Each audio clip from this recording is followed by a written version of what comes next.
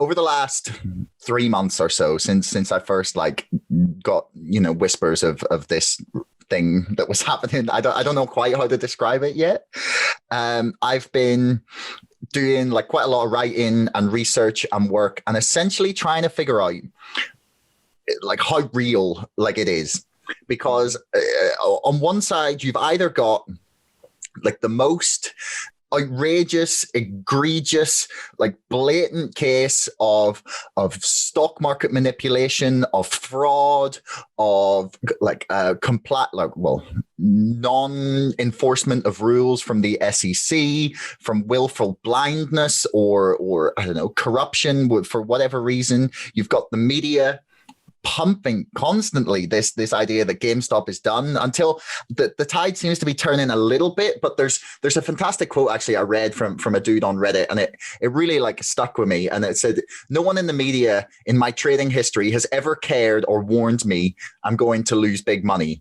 On the eve of Bear Stearns' collapse, that's in 2008, for anyone who doesn't know, they were one of the first big banks to go down. They were still telling us to buy."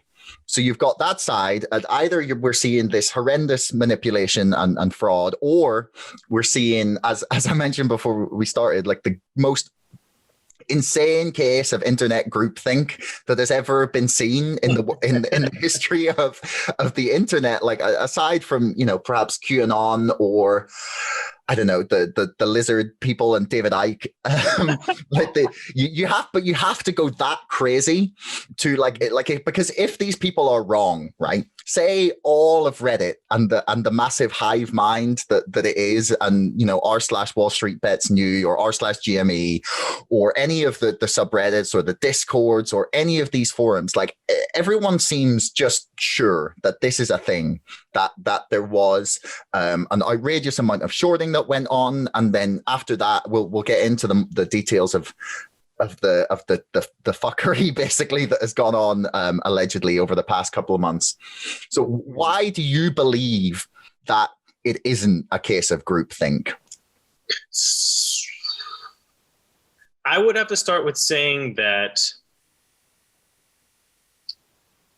there's too much information available now for it to just be groupthink, and there's too much support from multiple angles.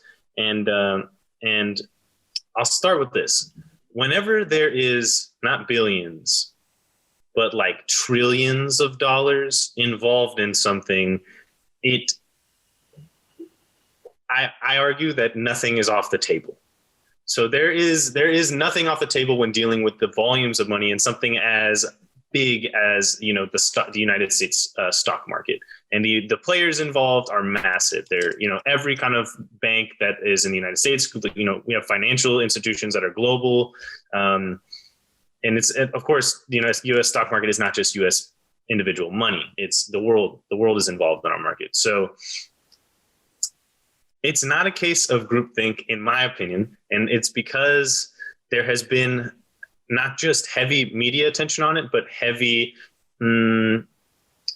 regular American and regular global citizen attention on this idea. And I think personally, this has been a long time coming. I think that the amount of kind of shadow work, I hate to use that term, but how the stock market has been kept a very complicated idea, and something you need to refer to a broker for. You need somebody to be an intermediary for your money when you're getting in the stock market. That's how everyone has played the game, kind of up until the new retail investor revolution, until it was made very easy. The barrier of entry was trading fees.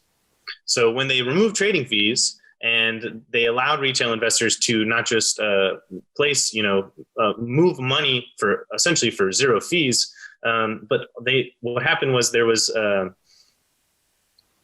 all of the barrier of entries were removed for individuals to come together as a group and freely share information about what they believe is going on in the stock market and make very, very convincing cases. So there were just a bunch of really convincing case arguments. An example is, kind of like the Lord and Savior of Wall Street Bets, Roaring Kitty. He went on and made a bunch of statements and claims on why he believes GameStop was such a good case, and left it up to individuals to decide whether or not the conviction was strong enough to place their money, place their bet,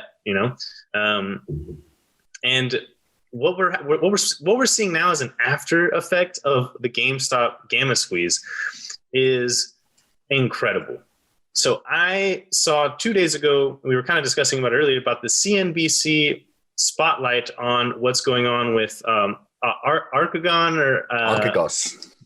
Archegos, that particular fund who was using trade swaps to essentially create a synthetic short position. Now, for those who don't know what a synthetic short position is, we'll start back with what a short position is.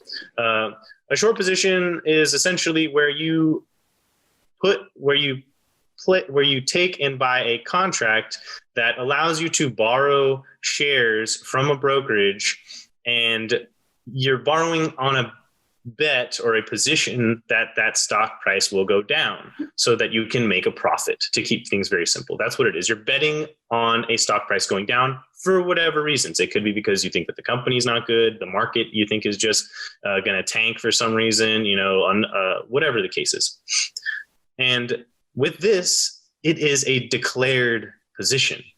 So your short position is made known, and not just individuals like retail investors like you and I can take short positions, but massive institutions can take short positions. And the effects of a huge short position on a particular stock creates sentiment in the market, or creates a general feeling for what that stock might do. Because again, all of these are numbers that we can see and measure on different trading platforms. So when you look at all these graphs and all of this metrics and data, you're thinking, when you see a huge short position or a huge, what we call short interest on a particular stock, we think, oh man, that company, the general sentiment is that company's going to do bad. Man, that creates perception of the price.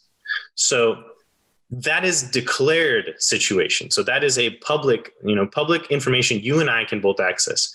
There are plenty of creative mechanisms that these institutions have made and keep in their arsenal for situations where they don't want the public, for it to be as direct for the public to know that there is a large short position on a particular company or a particular stock price, and on a particular security, and this has come to light, and CNBC, which is a mainstream media outlet, was covering this in a piece that I saw 2 days ago, which I found very interesting because it's a totally different side. It shows where the media is going with this now, which is a very unusual thing in my opinion.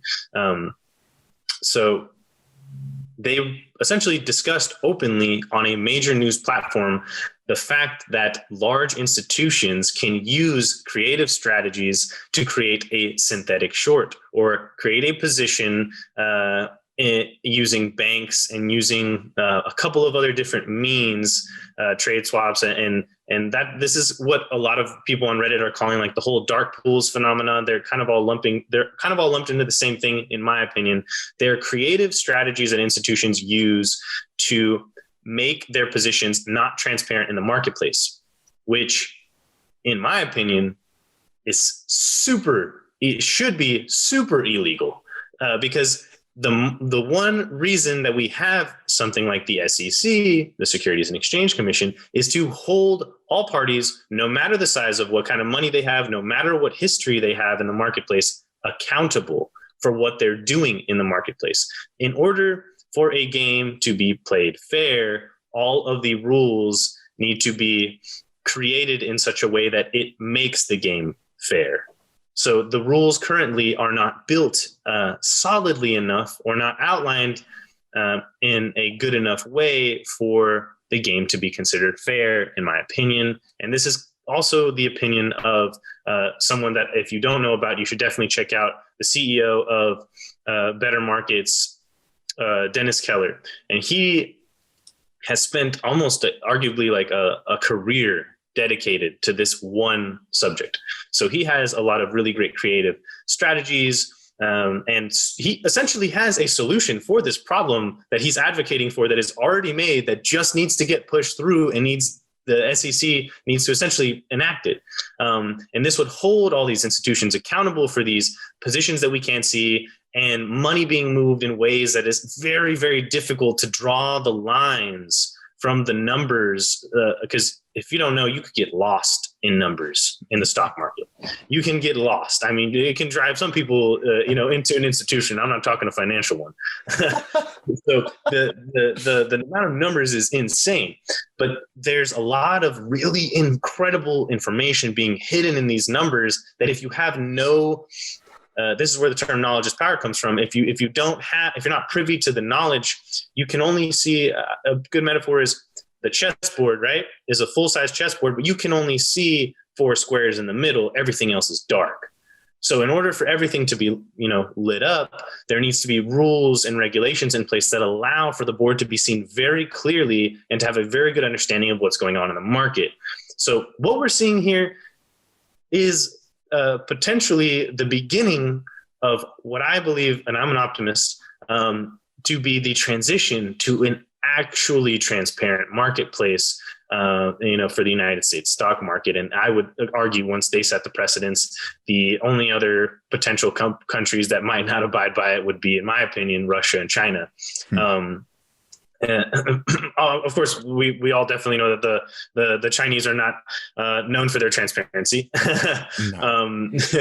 Yeah, but there's a ton of change and indicators, in my opinion, that is happening right now in real time before our eyes, which is really, really exciting.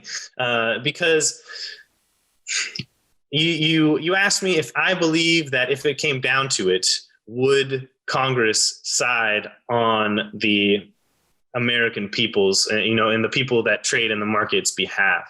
And I have to say right now, even being an optimist, I don't believe so. I'm a realist in that situation. We saw it happen in 2008, and we are, probably going to see it happen again. But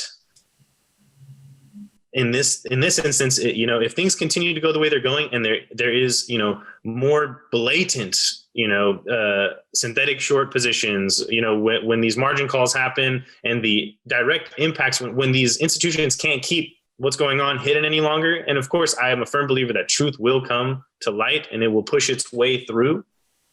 When those things happen, and however those manifestations of, that manipulation become obvious, we will see reform, and it probably will be slow, but it will be reform in the direction of putting money and wealth back into the hands of the people.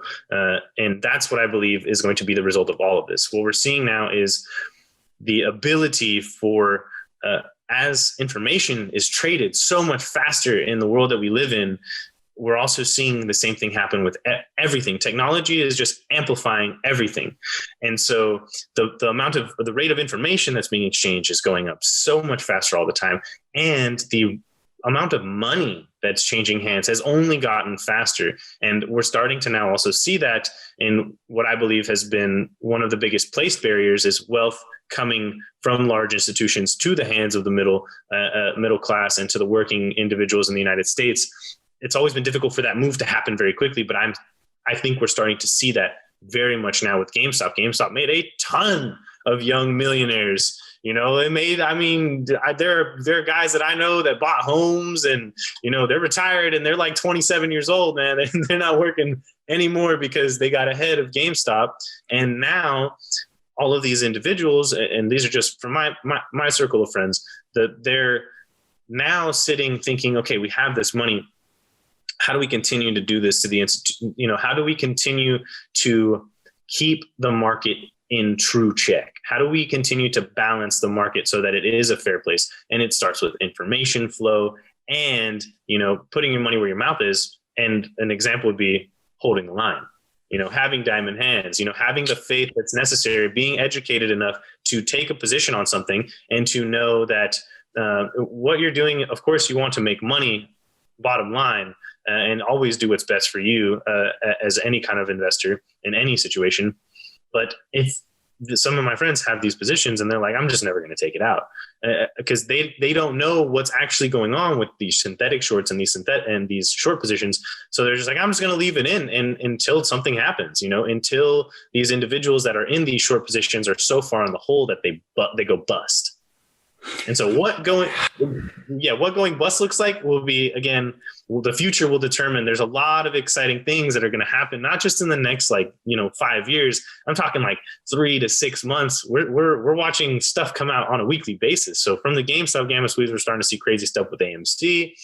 And, we saw that fund recently get that margin and just got the insane squeeze of a lifetime put out on them, Yeah. And Melvin Capital, we've seen institutions that are crumbling. Yeah, I mean, the figure that was thrown around. Now, again, I'm not sure how accurate this is, but they'd been like hedge funds had been estimated to have lost like 60 to 70 billion in January. Thanks so much for listening. If you enjoyed the show, please subscribe, follow me on Twitter, or sign up to our mailing list. Thanks a lot to our sponsor, ExpressVPN, the #1 most trusted VPN.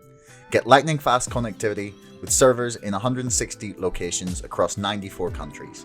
Keep your browsing privacy safe with ExpressVPN and get a 35% discount on 12 months of ExpressVPN when you follow the link in the description below. Don't forget my book is now out and available to order on Amazon and on bookshop.org. That's Brexit, the Establishment Civil War. And most importantly, thanks for listening. We'll see you next time.